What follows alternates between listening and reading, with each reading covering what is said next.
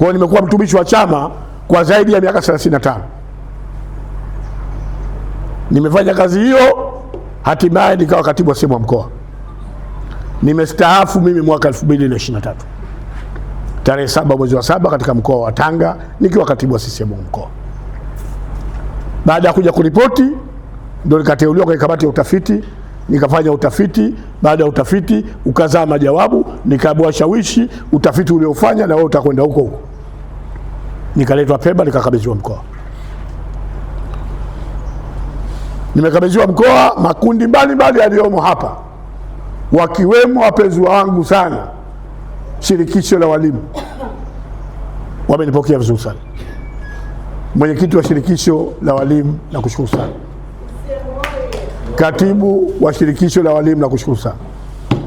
Hii ni kada muhimu sana. Tuna wanachama huku mkoani kwetu kaskazini, walimu wanaokubali CCM 4371. Sio mtaji mdogo, na wao ndio wanaoishi na hawa barobaro. Tunategemea kesho kutwa wao wapiga kura wetu.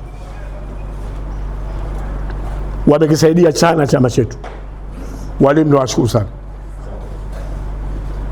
Kwa hiyo baada ya kustaafu nikapewa mkataba, nikaja hapa nikapewa nafasi ya kuwa katibu wa mkoa.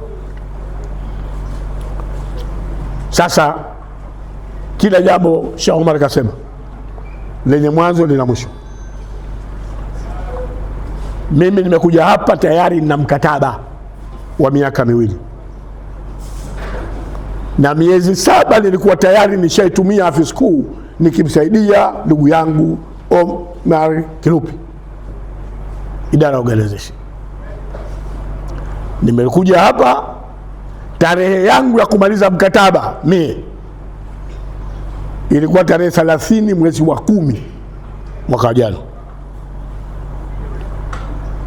Mwaka wa jana.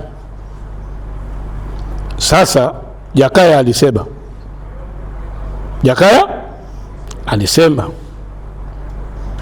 sio kama sisikii, sio kama siambiwi, sio kama sioni, nasikia, naambiwa na naona, na ndio maana nimekuwa katibu wa CCM wa mkoa.